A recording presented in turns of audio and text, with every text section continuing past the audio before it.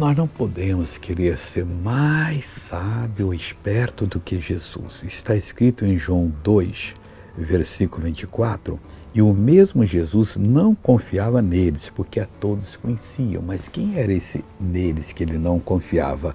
No versículo anterior fala que muitos, vendo os sinais que fazia, creram no seu nome.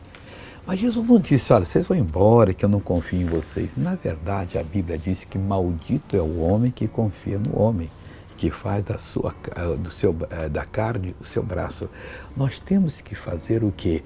Confiar no Senhor Deus. Mas se Ele está mandando alguém para ficar do nosso lado, mas missionário, eu senti que não era, mas dá o bom testemunho. Talvez aquela pessoa possa se converter. Ou talvez foi a última oportunidade que Deus deu a ela e que ela não aceitou.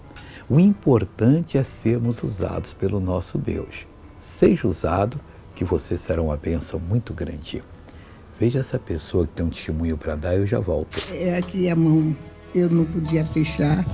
E nem... Quanto tempo você não abria e fechava a mão? 4 meses. 4 meses? É. E agora? Agora já A senhora caminhou também, estava com problema de caminhar? caminhei Como é que você está caminhando antes da oração? Como é que a senhora andava? Devagarinho? devagarinho. Imita para mim.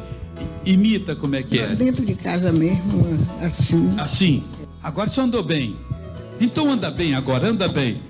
Está curado. Aleluia! Ei, Jesus, o senhor é muito lindo. Agora eu quero orar com você. Vamos invocar o poder de Deus. Pai, em nome de Jesus, eu oro por todos que estão orando comigo, estejam onde quer que estiverem agora. Eu uso a tua autoridade, repreendo todo mal e digo, saia, vá embora, não volte mais, em nome de Jesus. Fique abençoado.